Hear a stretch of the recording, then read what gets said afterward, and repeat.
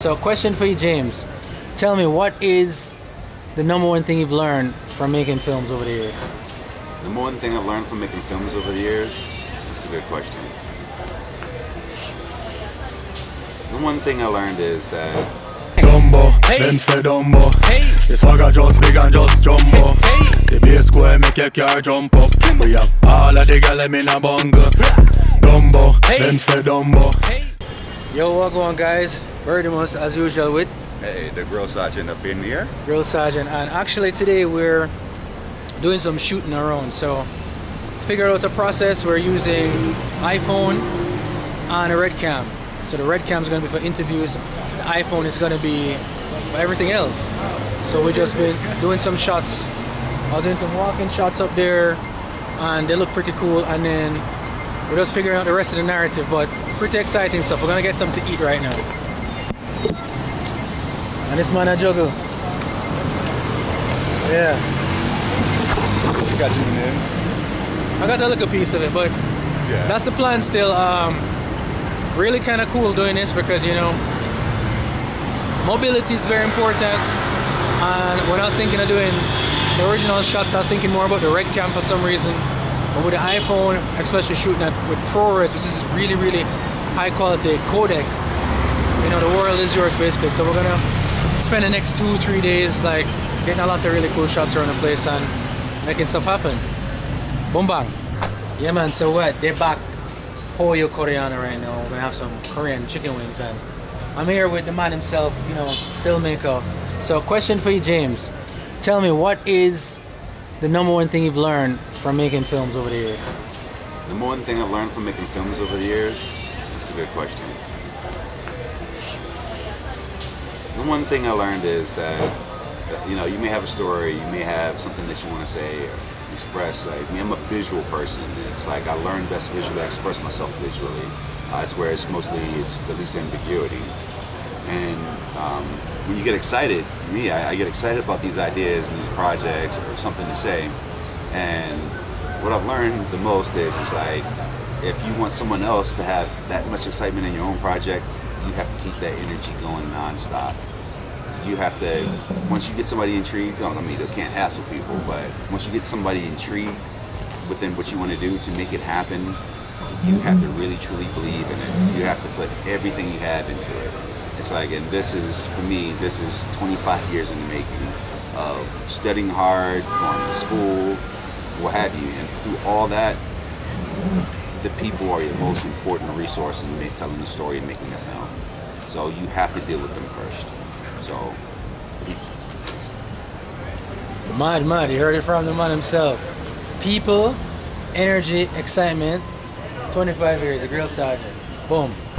Yeah man, so the food reach, check it out. This is Korean, the special wings at the back pollo, and what'd you call this again? Tteokbokki. Tteokbokki. Tell the people what.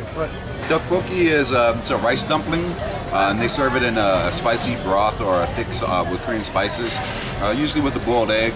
It's really popular at restaurants when drinking beer or out doing noraebang, or that's karaoke for everybody else that is not familiar with that. So it's good street food. It's tasty, it's fun, you get boiled eggs with it, and it's cheap. Mad. Yeah man, we're here just talking about film stuff and taking it easy, but another day here in Medellin, starting to do production with this right here, which functions as an amazing tool. Trust me, we're in a different era, you know what I'm saying?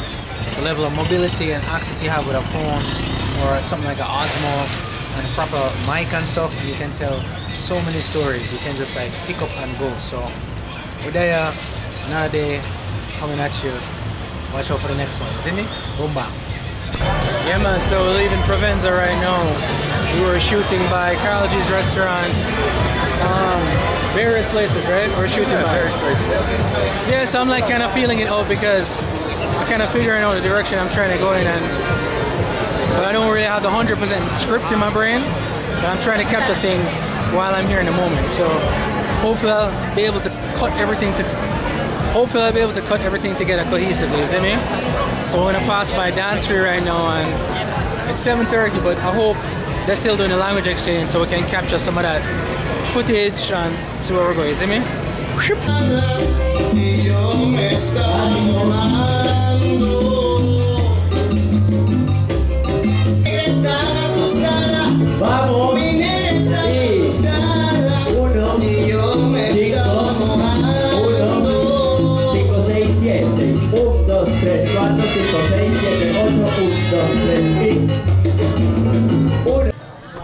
Yo, I'm feeling it now, you know? Because I've been working so much, non-stop. Before I left Medellin and since I landed, I've been doing a lot of stuff and I'm feeling it.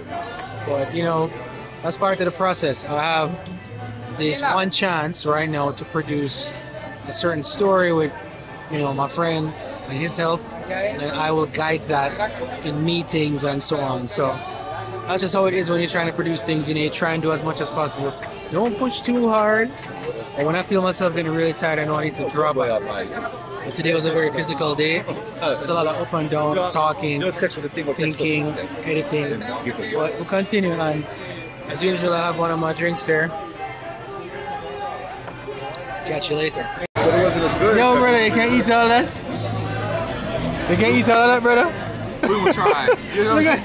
You ever seen a movie? Hold on, the jar. The joke is that it's almost 10 o'clock at night. This is like... Yo, if you know... Alright, this has a wide lens. If you knew how big this plate is, you'd laugh right now. This is like a two-person meal right now. You ever see that movie, Uncle Buck? Yeah. It's like, it's an old 80s movie with John Candy, God bless his soul, rest in peace. Yeah. It's like, they gave him like the 76-ounce steak that he had to eat all in one sitting. Yeah, I remember that. Yeah, it's like, if you get that reference, that's how I feel right now. Alright, man. Boom.